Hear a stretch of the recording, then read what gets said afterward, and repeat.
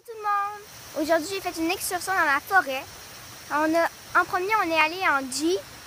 Puis c'était pas mollo, il y avait beaucoup de bosses et ça tournait beaucoup. Finalement, on a marché dans la forêt à travers les diverses plantes qu'on a vues, les belles fleurs, les grosses fleurs, les champs d'abeilles, plein de choses. Mais finalement, j'ai vu la plus grosse fleur au monde qui se nomme la Rafflesia. Nous avons fait plus de 45 minutes de 4x4 dans des routes sinueuses avant d'entrer dans ce chemin.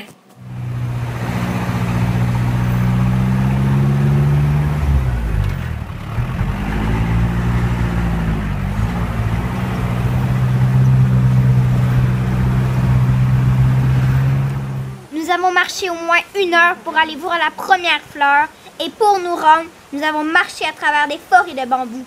Il faisait chaud et humide, mais nous devions nous habiller en long pour éviter de se faire graffiner par les nombreuses plantes ou de se faire piquer par les moustiques. Par la moustique, derrière ce tube, il y avait des centaines d'abeilles. J'ai eu très peur. Heureusement, ici, j'ai eu un peu d'aide pour éviter de me mouiller les pieds. J'ai dû affronter ma peur des vers verts dégueux, mais j'ai pu contempler de beaux papillons. J'ai encore dû marcher longtemps avant d'être récompensée. Voici une Rafflesia bébé. Mais pour devenir adulte, cette fleur a besoin de 8 mois. La Rafflesia ne possède ni tige, ni feuilles, ni racines. Elle est souvent dans les tons d'orange et rouge.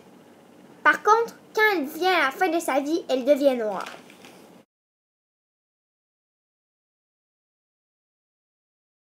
La Rafflesia est une plante parasite qui pousse sur des lianes ou par terre, comme un champignon. Enfin, nous en avons trouvé une ouverte, mais elle n'était pas très grosse car elles peuvent mesurer jusqu'à 1 mètre de diamètre et peser jusqu'à 10 kg. Quand elle a 6 pétales comme celle-ci, il s'agit d'un mâle. La plupart sont des femelles et n'en ont que 5. Même si ce n'était pas la plus grosse, je suis très contente de l'avoir vue car c'est une fleur difficile à voir parce que la floraison dure moins d'1 semaine et elle est malheureusement en voie de disparition. Elle disparaît à cause de la déforestation ou à cause de certaines agences touristiques qui veulent faciliter la vie des voyageurs en coupant la Rafflesia et en l'apportant plus proche.